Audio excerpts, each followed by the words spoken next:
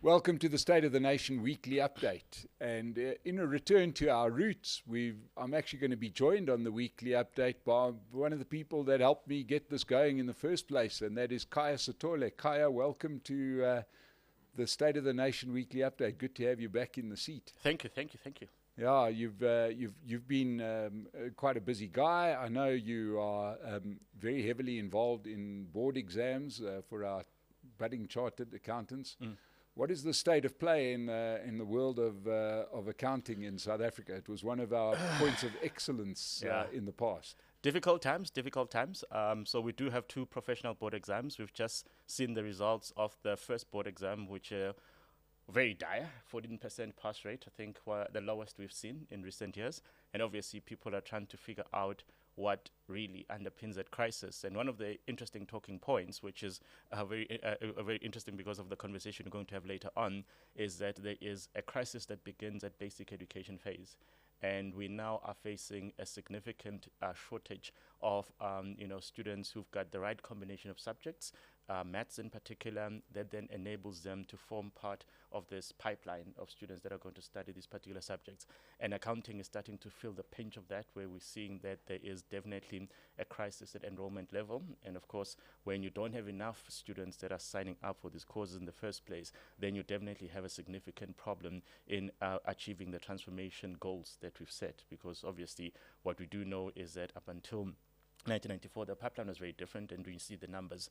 So there's been a very dedicated drive to saying that us actually get the transformation pipeline right. So when you have the basic education system being suboptimal, then we do actually know that there's intergenerational consequences.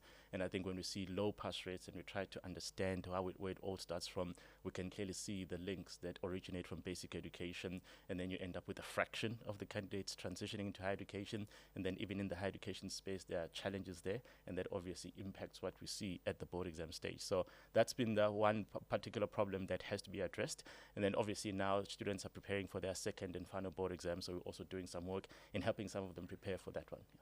Now, Khaya, sorry, because we're going to get into basic education in a second. You mentioned, a horrendous number. When we hear pass rates of 14%, I think everybody starts getting extremely jumpy. Yeah. Compared to what? What would be an acceptable or sort of targeted pass rate? So you see, the interesting thing about how professional exams are set in South Africa, we don't have a CFA model. So what the CFA model does is that it simply says that, look, of a particular cohort, a particular percentage must succeed. So therefore, you kind of know that everybody above that line will go through and then everybody below will not. In South Africa, we tend to have, particularly for this board exam, it's still a very binary process of saying, well, this was the question, this is the answer. It's either you got it or you didn't get it. So the pass rates tend to fluctuate. But what we do know is that candidates who have just recently completed their university education do much better.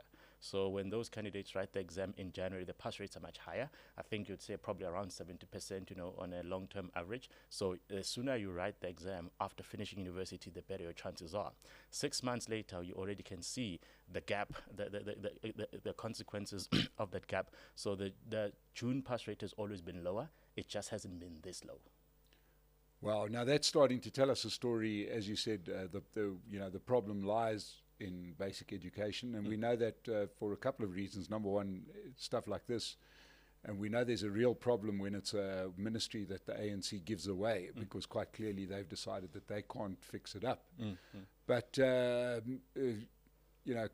contrary to the way we would imagine, what we've seen is huge budget cuts in education, and that's one of the things that we wanted to discuss today.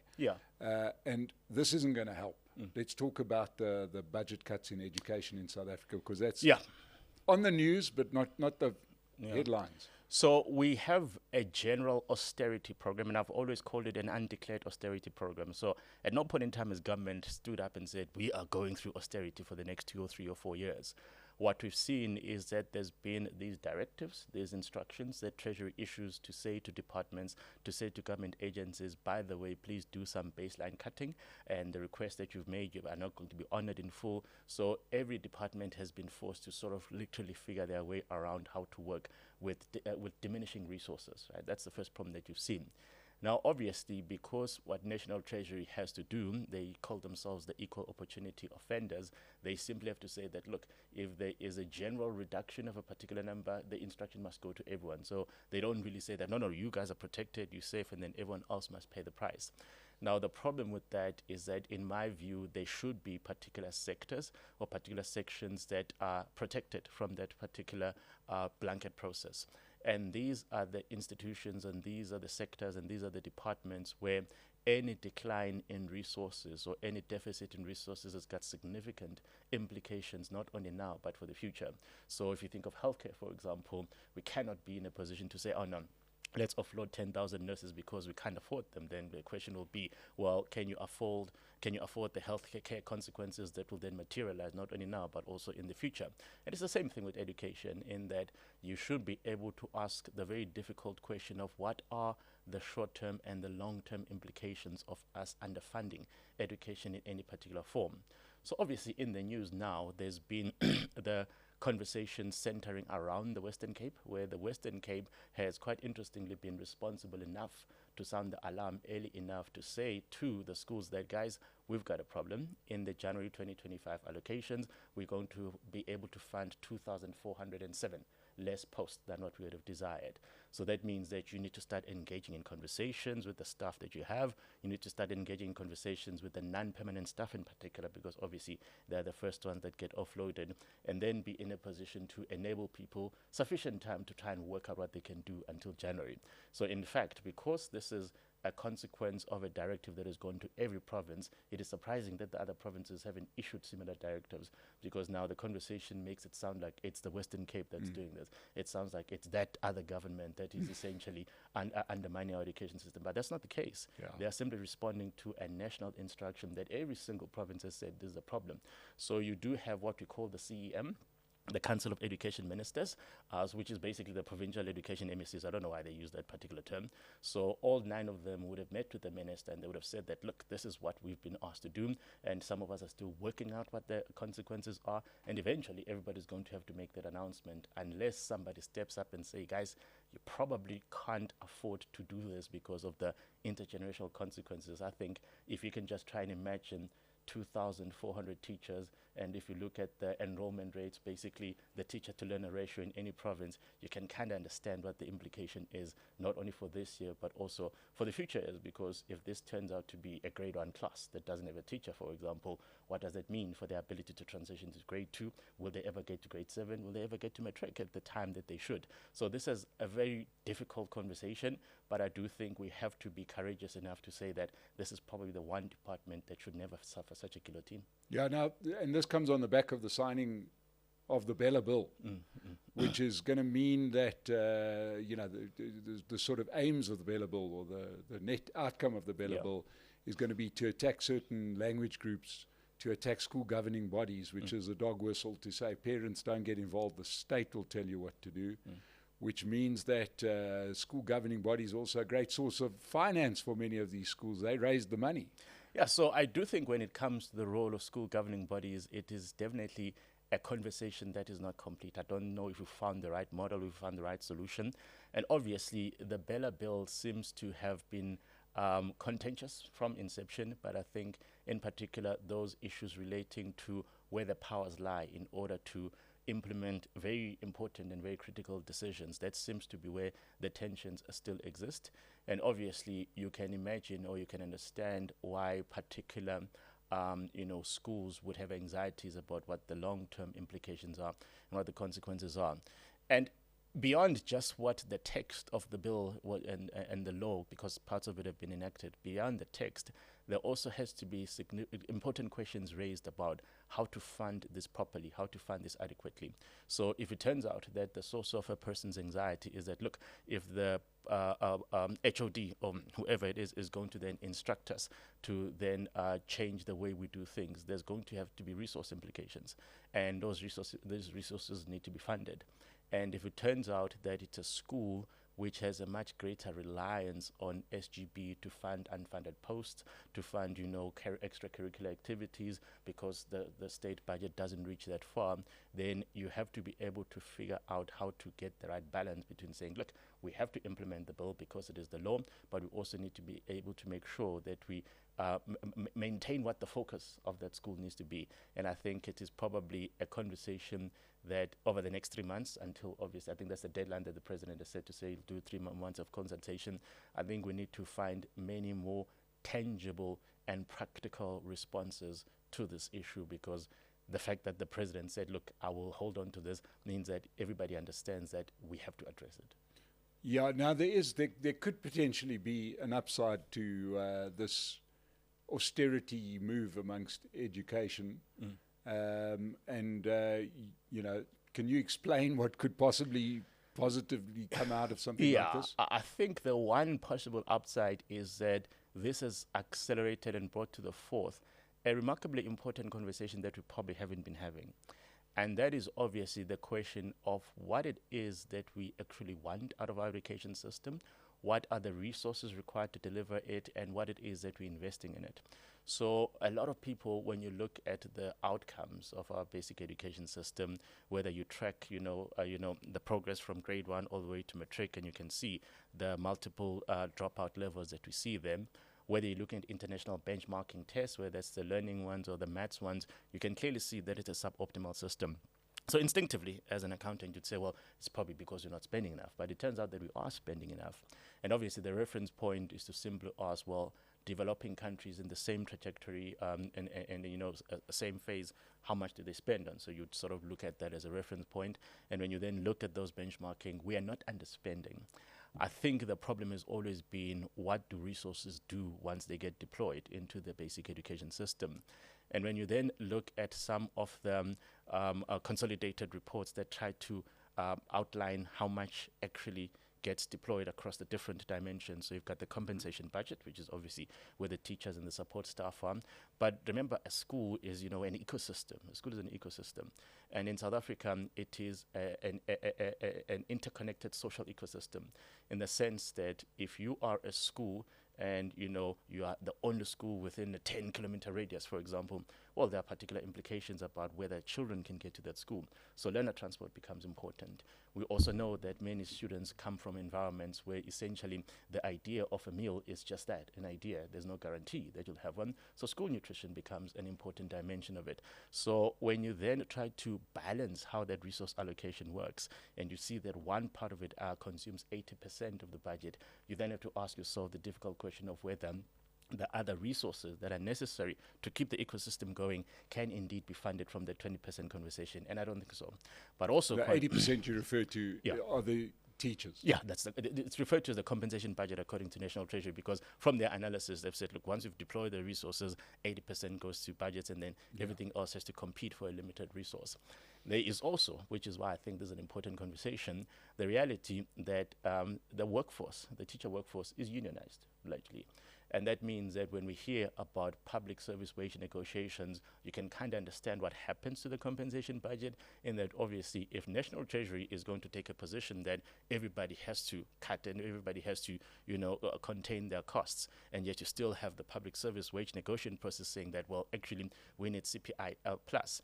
Now, National Treasury will say we are deploying less, and then it comes to departments, it comes to schools. They've said we're deploying less, but then the compensation budget that's been signed off as part of the national wage settlement is demanding more. What happens to the rest of the ecosystem? And these are conversations that we need to have. And if this particular crisis is what gets us there, well, yeah, that's the upside of this crisis. Yeah, because, I mean, I haven't really understood. We've heard the Western Cape say that they have to get rid of, is it 2,407 teachers, and slowly and surely the other provinces that are not run by the DA are starting to announce numbers as well. That's going to be a fun conversation to have with SATU, who have been absolutely sort of firm on the belief that teachers must never be tested, must never be checked, and can never be fired. Yeah, that relationship between the department and the unions is a remarkably difficult and a remarkably delicate one. And what Angie Mochecha managed to do in the years that she was obviously in charge of the basic education ministry is that she managed to find a way to work with the unions and alongside the unions. And how we measure that is that obviously we haven't had a massive teacher strike in years. And you can understand that when there's a massive teacher strike, just what the compounding effects of that, lost teaching time might be. So that's the one thing that she managed to do. The more difficult question is, how did she manage to do it? So if it turns out that the primary trade-off was that whatever the unions asked for in terms of wage agreements, whatever the unions resisted in terms of, continuous interrogation of the system, as you mentioned, some of those questions around the testing and making sure that teachers are fit for purpose. If that was the trade-off that got us here, then I think it may be a bit of an expensive trade-off. Yeah, well, we'll have to see. But this has got real-world implications. And one of the things, another piece that you picked up on was around consultants in government. Consultants sound, it's sort of it used to be the buzzword, and then it became a bit of the swear word, and it's a bit of both in South Africa. But explain to me what your problem is with consultants in government. It's not mine, it's everybody's problem. Everybody. And what makes it everybody's problem is that a couple of weeks ago, the Auditor General published the latest, municipal audit outcomes. And what was interesting about this report is that it's the first one that covers a full period since the November 2021 local government elections. Was it October? Yeah, the 2021 local government elections, which means that in many of the local government structures, there's been new political custodians of the system, as you may call it that. So it is basically now a simple question of, well, did things get better as soon as you kind of got new people in charge? And the answer from the Auditor General was no, things kind of got worse. So of the 257 local government structures, only 34 got clean audits. So you can just simply say that the system at large is dysfunctional. But what also emerged from that was that there is a big reliance on consultants to do some of the basic work that is necessary in order to ensure proper custody of resources and also proper and transparent reporting of those particular resources. So when you look at what the consultants are then asked to do, they essentially are the ones that get called at the last minute to say, hey, she says she's coming next week. We kind of have no idea what to give her. Can you guys come and sort of work out how to put all of this together and turn it into something that can be presented to the Auditor General? So that seems to be a trend. So it's not a once-off thing. So there are municipalities where every year that's what they seem to do. So what should be happening is that when you do hire these consultants, you should get better outcomes. So you should start off by saying, look, in the absence of Mike having come in as a consultant, we would have got a disclaimer. Well, Mike came in, and therefore this is what we got. You should be able to see the linearity between engaging the consultants and getting the right outcomes. Now that it turns out that nobody's getting the right outcomes, then the question is, what is the value of these particular consultants? And then it's billions that get spent on them. But the key question was that the Auditor General interrogated in the report was to say, well, why are the outcomes still so awful if these guys are here? And then there were very clear and I suppose predictable reasons for that. And one of the first ones is that, look, if you are in a municipal structure or some local government structure and there isn't capacity within to do particular things, you can hire the consultant, but remember the problem statement was that there was no one within the department who knew what to do.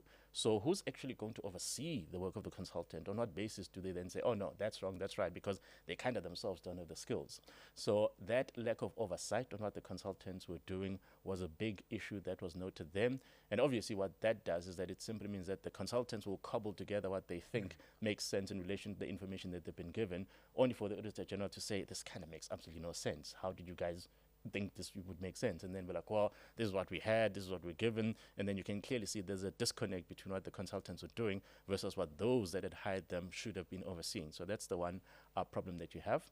A secondary issue is obviously the question of the frequency and the prevalence of the use of these consultants, in that it isn't a matter of we need a consultant today because, look, in 3 months' time, we're going to have a new CFO or a new financial manager. So you've got these permanent gaps in the organogram where jobs just don't get filled. So obviously, if they don't get filled, there's no one with the responsibility and the accountability. And why that matters is that at the end of the day, these consultants don't have any public accountability. So the Auditor General report does not come out and say that those guys got a disclaimer because Mike and Associates essentially screwed up the audit process. It will simply say because these people don't know what they're doing. So consultants don't have that public accountability, and the people that should have that public accountability are just not doing their job. So you've got this vacuum where I could look at this and say, okay, this needs to be fixed, but who should fix it?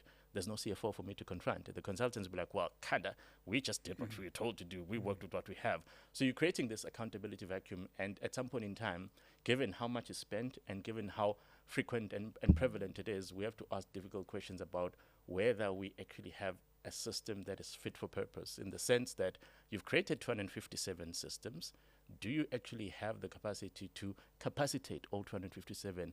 And if you don't, do you accept that consultants are going to be a permanent feature of this? And if they are, how do you then actually oversee them and manage their work properly so that this doesn't become yet another iteration of the wasteful expenditure that we see prevalent across so many government structures? Is there a logical or a sort of a predictable answer to this conundrum going forward? I mean, a few weeks ago, we did a public sector summit with SAICA, and, we deliberated on these issues to say, well, the public sector needs people. The public sector is struggling to attract people. Why is the public sector struggling to attract people? And it's kind of evident, right? I mean, you have to interrogate it scientifically, but you can kind of see anecdotally what the real issues are. There are 257 municipal structures across the country. We don't have 257 municipal structures around the type of places where people want to be. So there's only 8 metros. So that's obviously, that's where people want to work. That's where, things, resource and infrastructure are much better. So the rest of the other nodes are then obviously peri-urban and then ultimately the rural communities. And the ability to attract skills, the right skills to those environments is not as strong as it needs to be. And it also turns out that it is those same structures, those same municipalities, which obviously have got remarkably limited budgets. And the consequence of that is that if it turned out that we could even convince Mike to go and move to Matatiele municipality with the promise of additional incentives to make his stay much more comfortable there, well, we simply cannot afford it. So if it turns out that he says that, look, I will do it at this particular price point, you then have to balance the resource allocation and say, look, he's agreed to come, but unfortunately at that price point and with the additional, incentives that are necessary to attract that talent, we simply cannot do it. So it's like a self-defeating process where you kind of know that even though you may report as the Auditor General that they don't have a CFO there, and you've said to them the corrective action is to get a CFO, you kind of know that they're not going to get one, because not because they're not trying, but simply because the dynamics are just so completely, set up in a way that just makes it impossible for these particular municipal agencies to do this. And obviously, they're going to default to saying, well, consultants are not going to, create those same problems because they'll come for a specific period and then they'll go. And that's what seems to be happening. And is the solution to perhaps take that function away from those municipalities? Well, I think the first question that we have to ask is whether the evidence that we've seen in the past 10 to 15 years is good enough to tell us that the system is not working. I would argue that it does tell us that it's simply not working. And obviously, if the system is not working, then you have to ask yourself the questions of, okay, cool, what do we need to do differently? So in fact, as I was saying, in that public sector summit, we had one delegate who said that she had previously worked at the Auditor General and she'd audited a particular municipality, and every year she'd come back and say, these are the problems that need to be fixed. And then after multiple years, she then asked herself the question, I go there every year, I tell the people what they need to do, I know exactly that they don't have the capacity to do it or the ability to do it because I sort of done, that skills, the skills review, and I know what the gaps are. So what's the point of me issuing all these reports and telling them that something that they know and that I know? So then she decided to switch sides and try and work there to help them create that capacity. Obviously, that's the ideal situation. We wish many more people would do that, but many people are not going to do that, particularly given the issues relating to contracting and security and all of that stuff within the public sector for as long as politicians remain so embedded in it. So you've got those particular issues. So the question that one then has to revisit is whether it is possible for us to figure out a way of ensuring that those that clearly will never get it right on their own are then able to benefit from some consolidated approach, a process that says, okay, cool, in relation to this particular institution, we will stop trying to recruit for some CFO, it's never going to happen. What we'll do is that we'll be able to help them or assist them do as many of these core activities from some other location or some other structure that has the capacity, and then be able to say to them, guys, this is what it looks like, and this is what you need to be able to present. So you need to be able to find a way of breaking this autonomy and the silos that people are obsessed with. But until you get the conversation around how to collaborate and maybe even force it, you are going to persist with this model. And I believe that the time has come for us to completely revisit it. Well, ladies and gentlemen, a couple of weeks ago, we discussed and debated on the weekly update that a potential solution is that if the state can't see that there's a problem, when you've got about 15% of your municipalities getting a clean audit and the rest not, then perhaps it's time for us ratepayers and us taxpayers to start saying, we will withhold our funds until you do your work properly. I got a feeling that, because this goes both ways. It's our money that's being wasted, and the government don't seem to be taking our pleas and our concerns seriously. And maybe the only way that they would do that is if the funds were withheld. And it is something that we continue to look into. Khaya, I'm not sure where you sit on that kind of civil disobedience, but I do know it's the one thing that will get people thinking, is when you don't have money, it tends to sober you up a little. Oh, no, I don't think we need to get to civil disobedience in this country. I think the question of resource limitations and resource deficit is already happening. And it's obviously at this stage, government trying to pretend that, things can still work. But the reality here is that when resources are as limited as they are and the demands on public services keep escalating, at some point in time, difficult choices have to be made and difficult conversations need to be had. And I think government is slowly being put into that corner, particularly because at some point in time, you can't keep borrowing away out of trouble. It just becomes untenable. It becomes unsustainable. And I think even the type of crisis we're seeing now in basic education is one of the most explicit indicators that, look, the safe is empty. Somebody has to think differently. Somebody has to do things differently. We all know the answer: grow the economy, grow tax revenues, and then you sort it. But that seems to be elusive, unfortunately. Yeah, and don't have 38 ministers. That would also be a help, because you can increase it. You can improve any budget by either creating more money or spending less. I think 38 ministries is ridiculous. That's just one of the areas, blue lights, etc. We all had to tighten our belts. Maybe it's time for government to get the message. Thank you so much for joining us on the weekly update. Khaya Sithole, thank you for sharing your insights. This is the most important part of any country, and that is managing the money. We're not doing a great job. We're not managing our future by not giving our children a competitive education. This is a crisis. We will stay on this to Pace Car Rental that are helping us economically to keep this thing going. Thank you so much to Khaya Sithole for coming in. Thank you. And we'll see you again on the State of the Nation weekly update. Thank you very much.